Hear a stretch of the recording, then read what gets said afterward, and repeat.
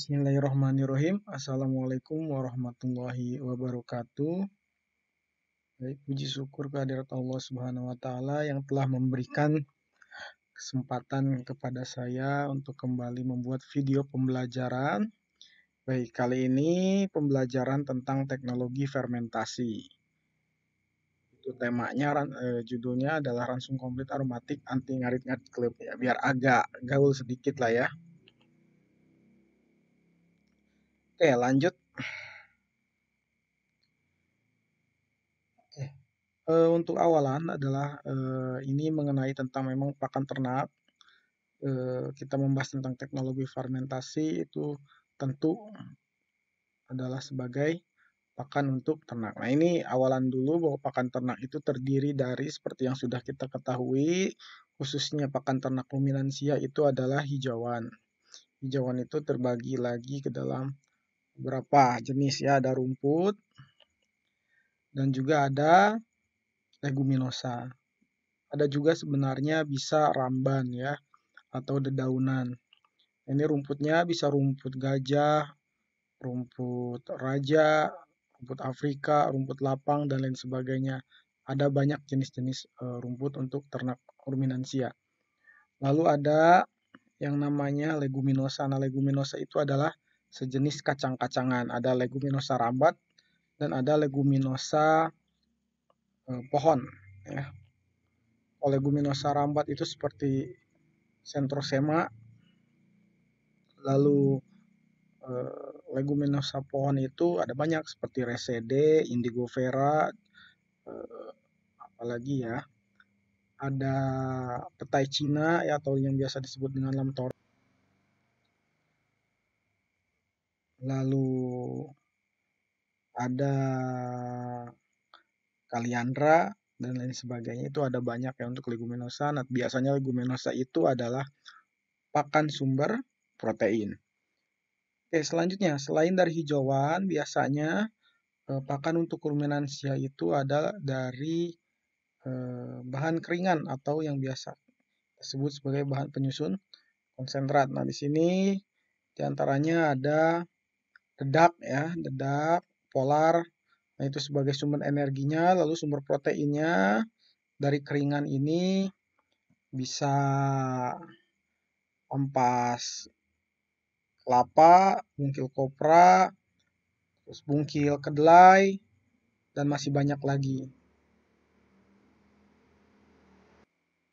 Selanjutnya di sini ada biji-bijian ya, tanpa dihaluskan, itu biasanya ada jagung ya, ini sebagai sumber energi juga. Lalu ada juga ini yang dinamakan dengan silase ya, atau pakan fermentasi. Nah, kita akan membahas tentang ini ya, tentang pakan fermentasi atau silase, yaitu pakan hijauan yang diawetkan. Nah, tujuannya apa? Tujuannya adalah untuk mengurangi intensitas ngarit, untuk mengawetkan pakan. Jadi untuk ketika pada musim hujan itu pakan berlebih, itu akan dijadikan pakan cadangan untuk pada musim kemarau. Karena biasanya ketika kemarau di Indonesia ini pakan sangat sulit. Next. Nah, ini silase. Apakah itu silase? Silase adalah hijauan yang diawetkan atau diolah secara fermentasi pada suasana anaerob. Nah, apa itu anaerob? Anaerob itu adalah seminimal mungkin adanya udara atau tidak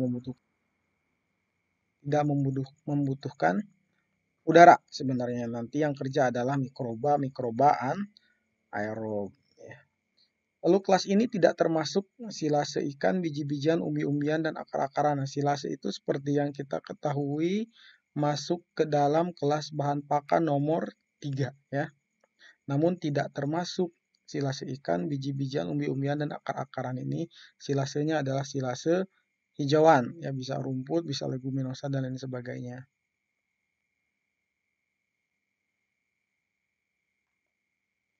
Baik, silase. Nah, silase itu masa aktif fermentasi selama 1 minggu hingga 1 bulan. Proses pembentukan asam laktat berlangsung 5-8 hari dan berhenti pada hari ke-21, di mana derajat keasaman mencapai 4. ya. Jadi nanti adalah ini silase itu pakannya akan berbentuk, bukan berbentuk ya, rasanya itu asam nanti. Nah, ada zat di mana dihasilkan di dalam proses silase atau ensilase itu dinamakan dengan asam laktat ya. Asam laktat ini yang terbentuk dalam proses fermentasi inilah yang akan bertindak sebagai pengawet. Karena sifatnya yang asam, maka bakteri pembusuk lainnya tidak dapat berkembang sehingga substrat terhindar dari kerusakan. Nah, jadi dari proses silase ini nanti akan menghasilkan zat asam ya, berupa asam laktat. Asam laktat ini akan membuat pH si silase ini menjadi asam sehingga yang hidup adalah bakteri bakteri pembusuk tapi yang baik ya. Nah, sedangkan bakteri pembusuk lainnya tidak dapat berkembang sehingga substrat terhindar dari kerusakan. Yang berkembang nanti itu adalah bakteri-bakteri atau mikroba-mikroba yang memang dibutuhkan, mikroba-mikroba anaerob ya. Nah, bagaimana kalau misalkan nanti si silasenya itu ketika dalam proses pembuatannya atau di dalam silonya itu apa namanya, ada udara. Nah, itu akan menyebabkan keadaan menjadi aerob dan yang tumbuh adalah mikroba aerob. Sedangkan mikroba aerob itu biasanya mikroba pembusuk dan akan menjadi aflatoksin atau berbahaya, menjadi zat racun ya. Kembali lagi bahwa jenis mikroba yang dikehendaki dalam fermentasi adalah bakteri penghasil asam laktat. Proses fermentasi dikontrol melalui peningkatan dan perkembangan asam laktat. Jadi suatu keberhasilan dari silase ini dapat dilihat dari produksi asam laktatnya dan pH-nya. Asam laktat yang tinggi akan menghasilkan pH gula yang rendah ya, jangan ketukar. Ketika asam laktat tinggi biasanya pH-nya rendah, sedangkan ketika asam laktatnya sedikit konsentrasinya biasanya pH-nya itu ya akan tinggi, menjadi tidak asam ya, lebih ke netral dan itu biasanya akan cepat busuk bagi silase.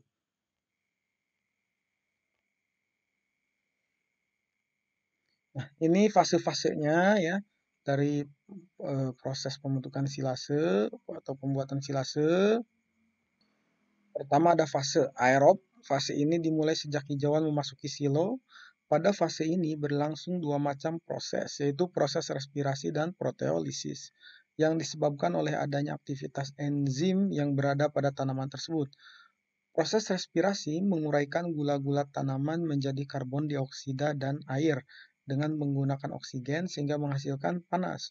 Panas yang dihasilkan melalui proses respirasi akan meningkatkan suhu pada bahan yang dibuat silase.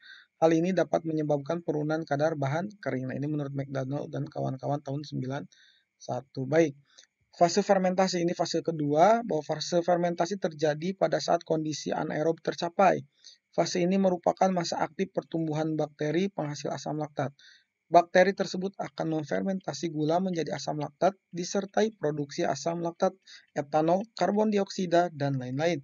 Masa fermentasi berlangsung selama 1 minggu sampai 1 bulan. Nah, ini fase fermentasi ini biasanya akan dipengaruhi oleh kandungan karbohidrat mudah larut di dalam silase tersebut ya. Biasanya semakin tinggi kandungan karbohidrat mudah larutnya maka akan semakin cepat. Terlebih kalau misalkan ditambahkan zat aditif berupa mikroba yang sudah jadi biasanya. Nah, itu akan mempercepat proses dari fermentasi.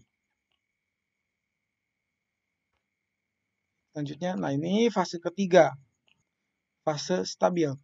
Oke, setelah masa aktif pertumbuhan penghasil bakteri asam laktat berakhir, maka proses ensilase akan memasuki fase stabil. Jika silo ditutup dan disegel dengan baik, hanya sedikit sekali aktivitas mikroba yang terjadi ini. Penguraian hemiselulosa secara kimiawi berlangsung sangat lambat dan akan menghasilkan beberapa macam gula.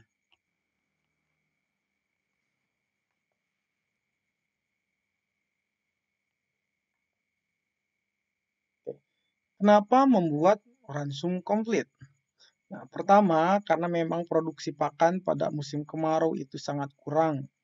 ya, karena biasanya kita di Indonesia ini kekeringan. Semua daerah Indonesia biasanya kekeringan sehingga akan kekurangan hijauan ya, pakan terbatas pada musim kemarau. Lalu musim hujan ada banyak. Pakan hijauan ini tersedia sangat melimpah ketika musim hujan. Nah, saat musim hujan terdapat kelebihan pakan, seharusnya hijauan itu ditabung ketika musim hujan. Nah, itu untuk persediaan atau persiapan untuk musim kemarau. Jadi ditabung. Nah, caranya bagaimana? Bisa dengan pengawetan silase. Sebenarnya ada beberapa cara untuk pengawetan itu ya. Bisa dibikin silase, bisa dibuat hay, biasanya dikeringkan. Nah, ini kita buat saja silase. Baik. Silase ini adalah pengolahan pakan, dapat berbentuk pakan lengkap, complete feed. Nah, dinamakan complete feed ya karena memang ada banyak bahan pakan yang disatukan di situ ya, lengkap nutrisinya. Ada rumput, legum, konsentrat, tambah probiotik biasanya. Nah, pakan komplit ini biasanya nutriennya tinggi dan sudah lengkap karena memang diperhitungkan dulu sebelumnya atau diformulasi dulu sebelumnya. Setelah diawetkan, pakan komplit ini lalu kemudian diberikan saat musim kemarau atau kapanpun saat pakan ini dibutuhkan ya. Nah, biasanya silase itu diberikan ketika kesulitan mencari rumput ya. Jadi peternak sudah tidak harus lagi mencari rumput setiap saat. Peternak bisa ngarit atau mencari rumput satu hari sekali tapi langsung banyak. Lalu kemudian dibuat silase dan setelah itu peternak tidak usah lagi ngarit-ngarit lagi ya. Jadi pada musim hujan itu hijauannya ditabung agar nanti ketika musim kemarau ya tidak kesusahan untuk mencari rumput. Ya, selain ini untuk menabung, biasanya silase ini juga untuk meningkatkan kualitas dari pakan tersebut. Ya, karena nanti akan ada pertambahan-pertambahan protein, ya, protein kasar. Protein kasar tersebut dihasilkan oleh mikroba, di mana mikroba tersebut akan terdeteksi sebagai protein sel tunggal ya. Nanti di dalam uji proksimat itu akan terdeteksi sebagai protein kasar.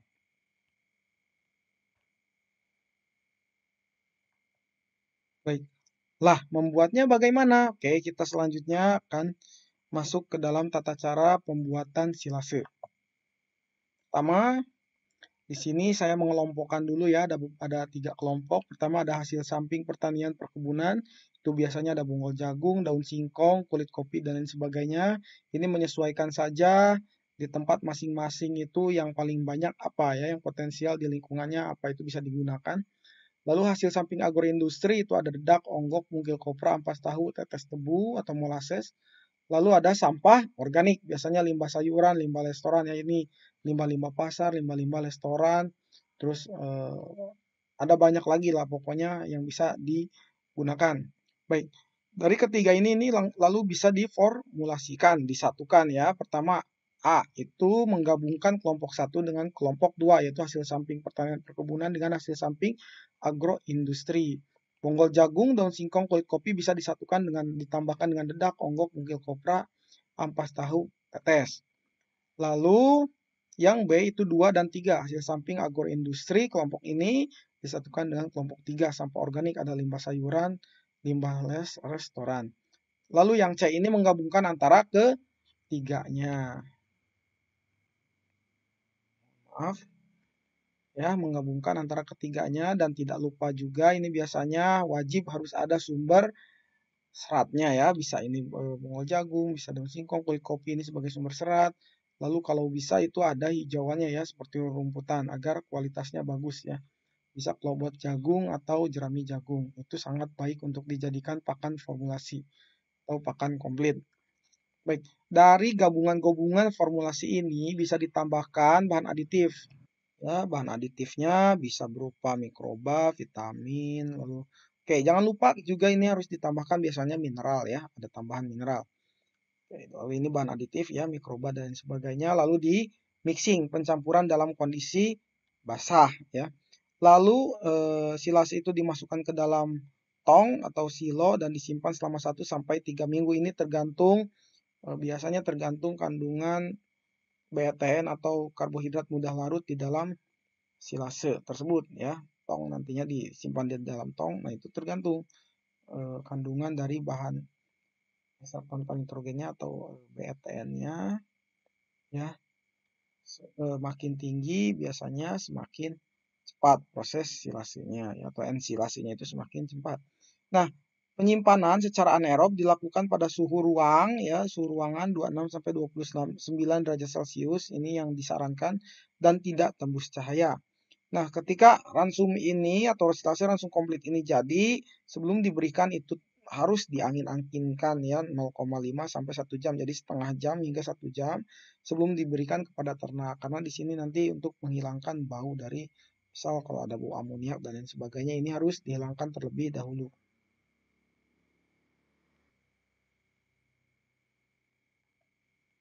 Nah, ini ya, ini A, rumput, limbah sayur, legum ya.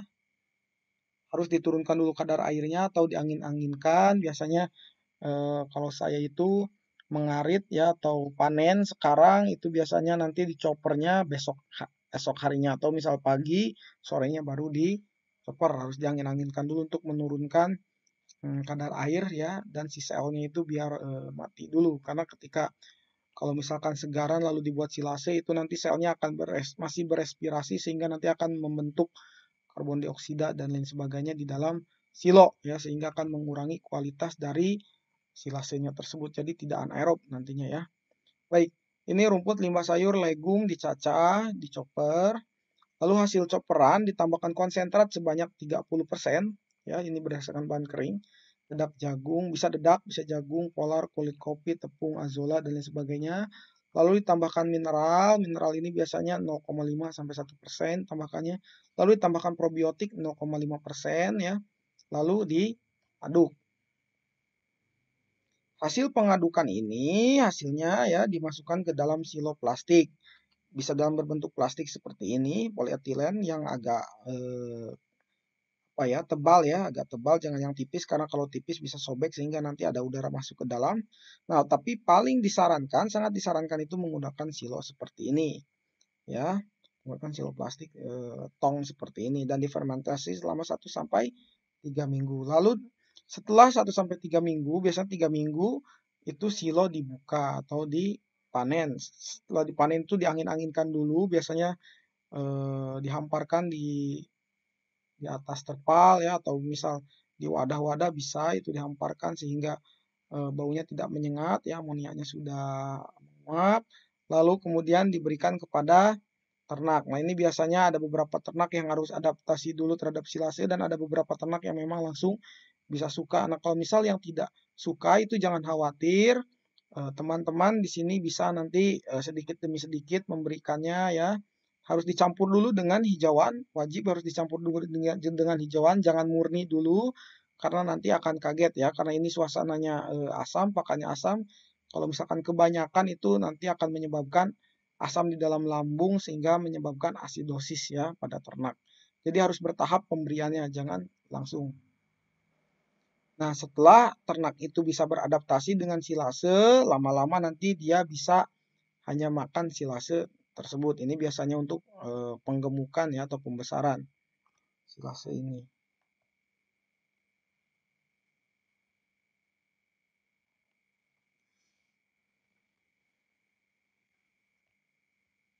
Baik, ini silase yang tadi dibuat bisa diberikan kepada sapi ya, bisa sapi perah, sapi potong ya.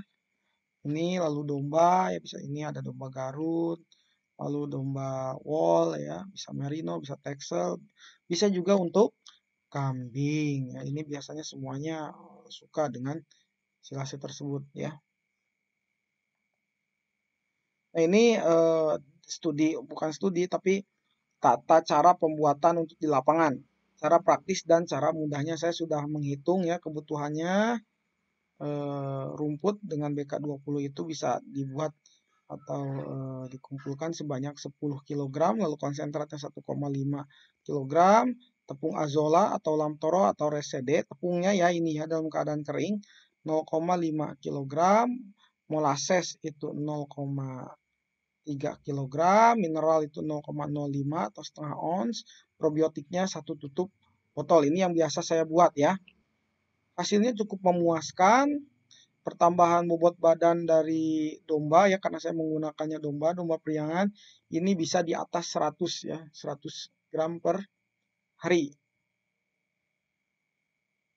Pemberiannya adalah 3 sampai 3,5% bahan kering per bobot dari ternak tersebut, atau kalau saya domba menggunakannya ya.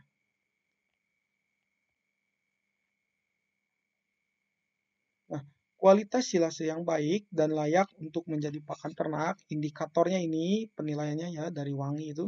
Wangi seperti buah-buahan dan sedikit asam, sangat wangi dan ternak terdorong untuk mencicipinya. Skor nilainya dapat 25. Ternak ingin mencoba mencicipinya tetapi rasanya asam ya, baunya wangi, buah-buahan. Ini nilainya adalah 20. Lalu ada baunya asam, dan apabila diisap oleh hidung, baunya semakin kuat atau sebaliknya sama sekali tidak terasa bau asam. Ini skornya 10. Lalu 4, seperti bau jamur atau kompos dengan bau tidak sedap. Nah, ini nilainya 0. Ini gagal ya. Diduga aflatoksinnya tinggi ya, sehingga bau jamur. Oke. Nah, kualitas silase yang baik dan layak untuk menjadi pakan ternak dari rasa ya. Apabila dicoba digigit, rasanya manis dan terasa asam seperti yogurt ya atau Yakult. Skornya 25. Rasanya sedikit asam, hanya sedikit rasa asamnya, itu skor nilainya ada 20. Lalu 3, tidak ada rasa, ini skornya 5. Lalu 4, rasa yang tidak sedap, ternak sama sekali tidak terangsang untuk mencobanya. Nah, ini biasanya bau ya. Rasanya itu sangat tidak enak ya, bau seperti busuk lah seperti itu. Nah, itu tidak ada skornya dan itu diduga aflatoksinnya sangat tinggi atau ada kegagalan dalam pembuatan silase. Nah, kegagalan ini biasanya dikarenakan adanya udara masuk ya. Ada udara masuk atau terlalu tingginya kadar air, biasanya seperti itu. Nah, ini dari sentuhan, jika dipegang itu teksturnya kering, tapi apabila dipegang terasa lembut dan empuk. Bau wangi di tangan mudah hilang tanpa harus dicuci. Lalu itu mohon maaf, itu skornya 25. Lalu ada kandungan airnya terasa sedikit banyak tetapi tidak terasa basah. Apabila tangan dicuci wanginya langsung hilang. Ini skornya nilainya 10. Lalu 3, kandungan airnya banyak, terasa basah, sedikit becek, bau yang menempel di tangan baru akan hilang bila dicuci dengan sabun. Ini nilainya 0. Nah, ini biasanya silasenya itu terjadi busuk ya, atau pembusukan. Ini tidak, kalau udah 0 ya sangat tidak layak untuk diberikan kepada ternak ya. Nah, untuk penilaiannya itu jumlah nilai, nilai wangi, nilai rasa, nilai warna, plus nilai sentuh itu ditambahkan. Jika skornya 100 sampai dengan 80, silase tersebut dinilai baik sekali, dapat digunakan dalam jumlah banyak.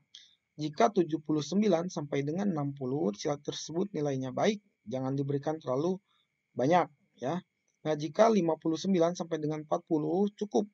Jumlah yang diberikan hanya sedikit. Nah, jika 39 sampai dengan 0, ini kurang baik ya, tidak boleh diberikan kepada ternak karena akan mengakibatkan keracunan pada ternak. Ini diduga aflatoksinnya atau mikroba-mikroba pembusuknya terlalu banyak ya, buruk jadi kualitasnya. Nah, ini faktor-faktor yang mempengaruhi kualitas silase. Pertama ada processing mekanik ya. Pemadatan bahan dalam silo harus dipastikan tidak ada celah ya. Ini faktor termasuk ke dalam faktor yang mempengaruhi kualitas silase. Ketika semakin padat, ini biasanya di dalamnya ya semakin kecil kemungkinan adanya udara ya. Lalu jenis bahan ya, bahan hijauan yang dibuat silase, bahan aditifnya, komposisi zat makanannya ini sangat mempengaruhi juga. Nah, biasanya hijauan-hijauan yang bagus dibuat silase itu ya rumput gajah, jerami jagung ya, seperti itu sangat bagus untuk dijadikan silase. Biomas dari jagung itu biasanya sangat baik dibuat silase ya, jadi batang, daun, dan jagungnya itu langsung digiling dibuat silase. Lalu bahan aditif, nah ini harus diperhatikan bahwa bahan aditif yang biasanya ya kita membeli bahan aditif, nah itu bisa dicek dulu apakah ketika dibuka itu masih ada gelembung-gelembung. Nah, itu bahan aditif tersebut biasanya masih hidup ya, mikrobanya masih hidup. Tapi jika tidak, nah itu biasanya sudah mati dan itu akan menjadi percuma ketika digunakan ya. Lalu ukuran pemotongan, jika ukuran bahan terlalu besar maka dapat menghambat proses degradasi oleh mikroba. Sedangkan terlalu kecil, bahan akan mudah hancur dan tinggi kandungan airnya. Baik, selanjutnya adalah tingkat kematangan. Tingkat kematangan silase ya, proses ensilase harus sudah selesai. Nah, itu biasanya ada perubahan warna terlebih dahulu, lalu lembab ya, si hijauannya atau silasenya itu lembab dan sudah menghasilkan harum ya, harum. Itu bahwa si silasenya itu sudah jadi ya, atau pH-nya sudah stabil ya. pH sudah stabil, pH sudah stabil ya, suhu pun stabil ya, suhu sudah stabil, tidak ada peningkatan lagi. Nah, karena ketika dalam masa ensilase ya, proses perombakan-perombakan itu biasanya suhunya akan meningkat ya karena ada lepasan energi. Nah, ketika silase ini sudah matang ya, biasanya ya sekitaran 1 minggu hingga 21 hari itu biasanya sudah matang, atau ya untuk memastikan biasanya 21 hari itu bisa sudah sangat matang, itu bisa diberikan kepada ternak atau nanti bisa diberikan juga hingga 1 tahun ya, diperam selama 1 tahun itu kualitasnya masih cenderung lebih sama meskipun ada penurunan sedikit ya. Tingkat kematangan ini dan yang lainnya itu ya tergantung juga oleh jenis bahan yang digunakan, aditif yang digunakan, sama waktu selama penyimpanan. Nah, baik, sekian yang dapat saya sampaikan mengenai teknologi fermentasi ya, ini langsung komplit terfermentasi untuk mengurangi intensitas ngarit sebenarnya ya. Semoga ini menjadi solusi buat teman-teman semua ya di dalam keadaan kekurangan pakan atau saat kelebihan pakan ya, agar pakannya itu ditabung dan untuk digunakan pada musim kemarau atau ketika hijauan itu sangat kurang atau sangat sulit didapat. Dengan membuat silase ini kita biasanya ya, atau kebiasaan kita mengarit itu akan semakin berkurang ya, sehingga kita bisa melakukan aktivitas lainnya yang lebih bermanfaat di dalam farm ya. Kita bisa meningkatkan target penjualan ya, kita bisa terfokus ke lain hal atau hal lainnya, jadi tidak terfokus kepada ngarit untuk mencari hijauan ya. Dan semoga dengan pembuatan silase ini bisa meningkatkan pendapatan dari peternakan teman-teman semua. Mohon maaf atas segala kekurangannya.